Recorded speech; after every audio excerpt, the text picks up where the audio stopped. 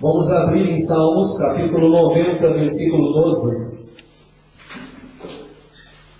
Aleluia! Ontem, quem não veio, no culto de ontem à noite, levanta a mão. Quem não veio, perderam. Ontem estava uma bênção, ouvimos a palavra do Senhor ontem, cantamos ao Senhor nosso Deus e fomos abençoados. Então, os que não vieram ontem no sábado, estão convidados no próximo sábado a cooperarem com Deus, amém? E estarem aqui louvando e glorificando o nome do Senhor. Quem achou, diga amém, Salmos capítulo 90, versículo 12. Amém?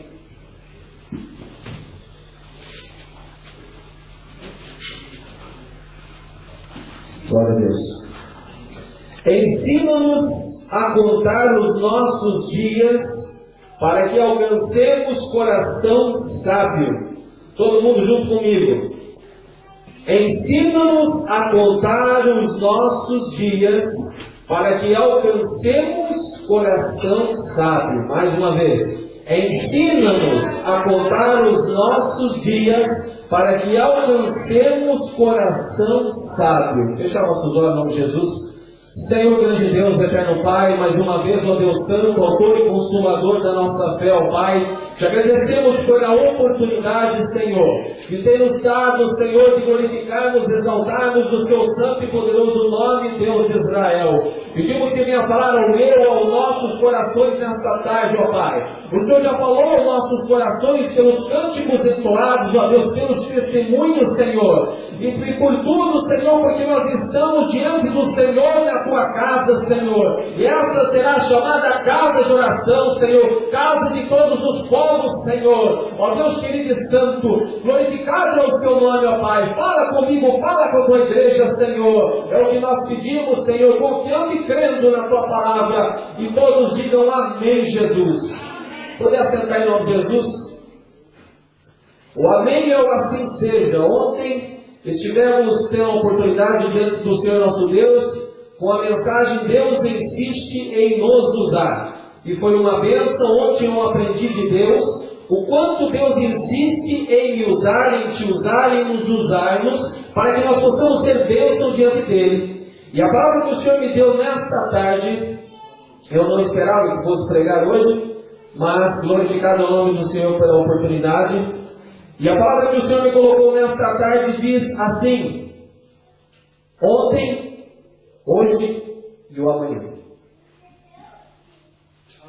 Aleluia, Senhor. O que você e eu, nós fizemos ontem? Pare para pensar em alguns milésimos de segundo. Porque o nosso cérebro humano, a capacidade é muito grande diante dos computadores que ainda têm aí hoje, que são muito potentes, por sinal. O que nós fizemos ontem? O que nós fizemos, então pense agora um bocadinho, o que nós fazemos ou fizemos hoje? O que nós faremos amanhã? A mídia está preocupada em transmitir e retransmitir acontecimentos, e isso já vem desde os primórdios da antiguidade.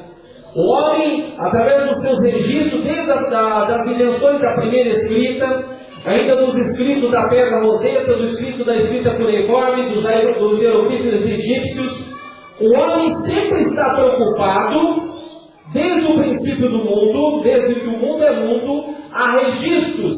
Começaram com desenhos, começaram com sinais, e até hoje, desenvolvido pela atual mídia de hoje, pelos meios televisivos, jornalísticos, pelos efeitos visuais, pelos efeitos, no caso, escritos, nós temos a situação que nós sabemos das notícias, e hoje numa velocidade maior ainda, pelo meio da internet e pelo meio do sistema online. Antigamente não era assim, tínhamos que ter escritas para que pudesse, estas mesmas foram passadas para nós. Outro sistema eram os sistemas que eram passados de pai para filho, até suas gerações posteriores, até seus descendentes. E assim hoje, o que o Salmo nos diz, ensina-nos a contar os nossos dias. Será que nós, eu, você, nós estamos diante do Senhor, pedindo para que Deus ensine-nos a contar os nossos dias? Por acaso, diante de Deus, o que seria para Deus os dias que eu tive ontem? O que seria para Deus, meu amado irmão, minha amada irmã, amado visitante que nos visita nesta tarde, o que seria diante de Deus, para Deus, o seu dia ontem? O que é para Deus o meu dia hoje? E o que é para Deus o nosso dia amanhã? A grande preocupação do homem foi sempre escrever a sua história, seja ela má, seja ela boa, seja ela de vitórias, seja ela de derrotas, seja ela de experiências, seja ela em que segmento seja, o homem sempre preocupou-se com ela. Agora paramos um pouco, fechamos um parêntese, alguns pontos, e pensemos, o que Deus pensa da minha e da tua na nossa vida? Esta foi a pergunta que o homem de Deus, um dos homens de Deus, fez naquela altura. Moisés, nós vemos que o salmo foi escrito por Davi, alguns para os levitas da casa do Senhor, e isso foi retransmitido também por Moisés. O que Moisés naquela altura pensou com isso, quando escreveu isso, que foi transmitido até chegar às mãos de Davi, e foi juntado aos salmos? O que Moisés na altura pensou em ensina-nos a contar os nossos dias? O que eram os dias para Moisés naquela altura? O que eram os dias para Moisés quando ele sabia que ele teve uma vida, que ele foi ali colocado no Rio Nilo, que ele foi ali recolhido por uma daquelas que trabalhavam para a filha de Faraó, enquanto muitos foram perseguidos? O que ele pensava naquela situação, naquele momento? Era uma história que ele tinha, que ele sabia. Mesmo assim, foi ele criado na corte de Faraó, foi ele criado nas ciências dos faraós, na astrologia, na matemática, na história, na arqueologia da época. E mesmo assim, Moisés foi então uma pessoa que não era um leigo, não era um homem comum, falava 4 a 5 a 6 idiomas na altura, idiomas, ora, estes que são línguas mortas, que já não existem no meio de nós hoje. Mas para que Moisés pudesse pensar naquela altura, ensina-nos a contar os nossos dias, é porque ele chegou a uma concepção que ele devia sentar e que ele devia analisar o quanto Deus fez para ele naquela altura. Quem sabe quando Moisés escreveu isso, quem sabe quando ele parou para pensar isso, ele já estava lá no deserto com o povo, e quem sabe ele estava ali ouvindo ali tudo que se passava, uns que reclamavam, Moisés, já estamos passando fome, o que passa conosco, não temos o que comer, e novamente, mais uma vez, o homem de Deus chegava na presença de Deus, clamava a Deus, e Deus mandava codornizes do céu.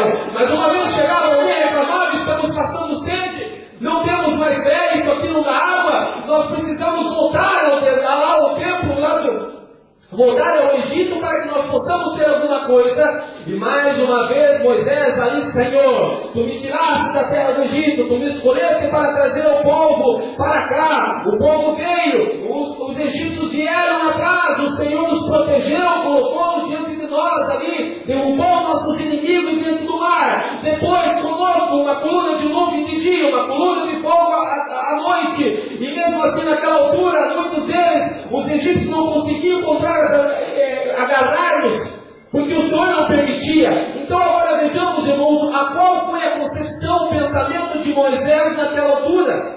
Tudo isso vinha à tona no pensamento do homem de Deus. Moisés, que era um homem inteligente sim, mas mesmo sendo um homem inteligente, Deus ainda o segurou mesmo como um assassino. Antes de Deus levantá-lo, Deus segurou como ali 40 anos ali como um pastor de ovelhas. Quem era ele? Era um homem fugitivo, a quem a corte de Faraó perseguia, mas como tinha uma certa, ele ainda foi criado como um filho, deixa-o. Ele matou, mas deixa, uma hora ele volta para aqui. Só que mal sabia o Faraó que esse homem voltaria não para pedir pelo amor de Deus, porque estaria passando fome, ou porque ele estaria em situações complicadas, mas mal sabia Faraó que aquele que saiu da sua própria corte, antes de ser instruído pela ciência dos faraós, ia ser aquele que seria um porta-voz, um embaixador de Deus para o povo que clamava misericórdia. O povo clamava misericórdia porque o tempo dos egípcios, o povo de Deus conheceu períodos de abastança. Porém, os egípcios foram uns morrendo e outros nascendo, esqueceram daquilo que Deus tinha feito para eles. E quando chegou de tal forma que o povo egípcio oprimiu o povo de Israel. Oprimia o povo de Israel. E mal sabiam os egípcios que eles teriam que provar do que eles fizeram ao povo de Israel. E como eu já disse para alguns que já vieram na escola bíblica, todas as nações tiveram seus sistemas baseados em seus governos.